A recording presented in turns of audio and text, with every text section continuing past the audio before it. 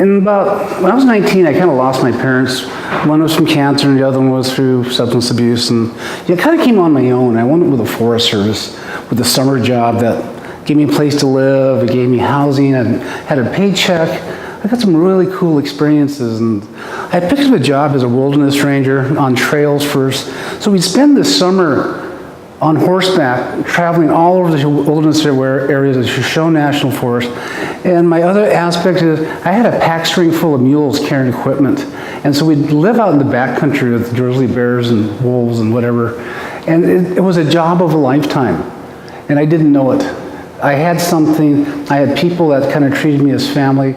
Then I'd come back in, and during fire season, we'd go firefighting. And then in the summer of 1988, we had the Yellowstone fires right next door in Yellowstone. We were right next to us, and we spent the entire summer almost like, it was excitement. It was like total bliss. We're running around and shooting like helicopters, you name it, going from one assignment to another. And all of a sudden that summer, someone gave me a magazine to read.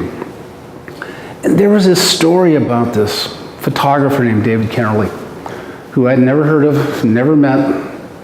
I didn't know what a photojournalist was. But he'd won a Pulitzer Prize in the Vietnam War for his work in Vietnam. But I read his book and it inspired me. I didn't have a camera. I had no idea what I was doing.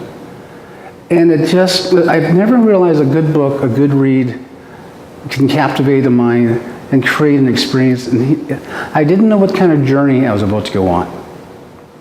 I wound up at the University of Montana. I wound up being an assistant to Don Dahl from the National Geographic, Chris Johns from the National Geographic, David Allen Harvey, and some other great, fantastic photographers, where I didn't learn technique. What I learned was, how do you understand a subject? How do you capture it?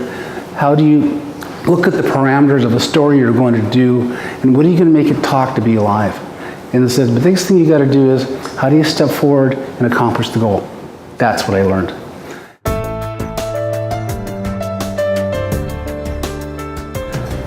I tend to look in layers of information. It's not just a singular subject unless it's a portrait, but most of the stuff I've done is not set up. Most of it's just, as photojournalists, I'm just shooting off my hip and I'm looking for a concentration of exposure, layers of information, light, their expression, and it's not just a grab shot. I'm absolutely creating as I go along.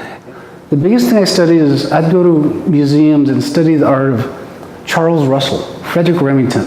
These are artists who are not photographers, but especially Russell. He would look at composition of the elements of a painting and where to place his subject, but he would look at lighting in the evening at light.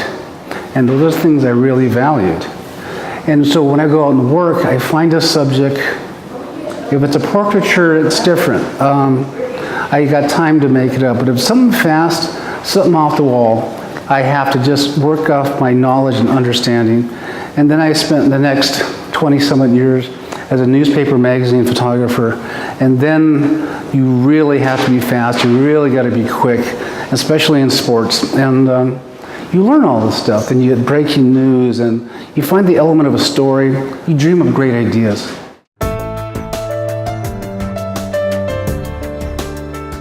It allowed me to go over the world a few times: Spain, Ireland, Cuba, places I never thought I'd wind up at. And again, I'm following my trust feelings of wanderlust, I guess. And it also allows me to take photographs. I think one of the coolest things I got to do is I got to go to Poland once and photograph true believers of a Native American powwow done by people from Poland, the Czech Republic, and Russia, and Germany. And they were truly understanding. Their beadwork was museum quality.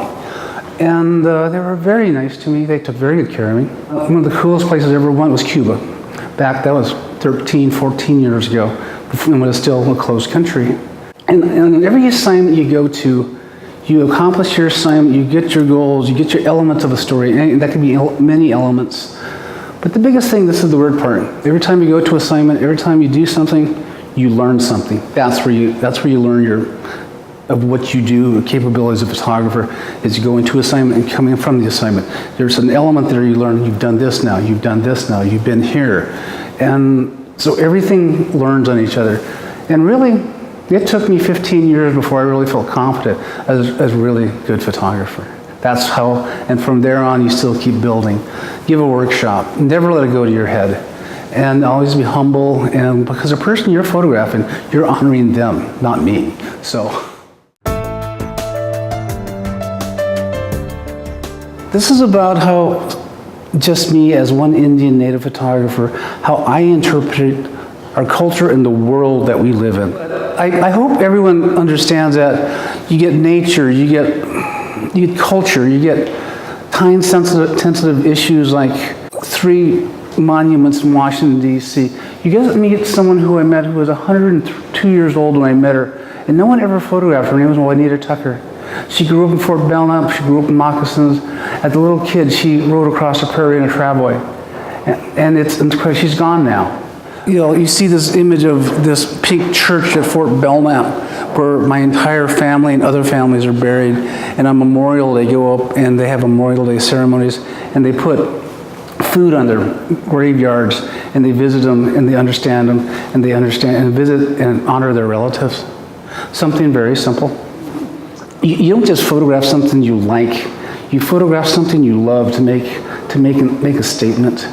And that's how sometimes this is a love of what I do.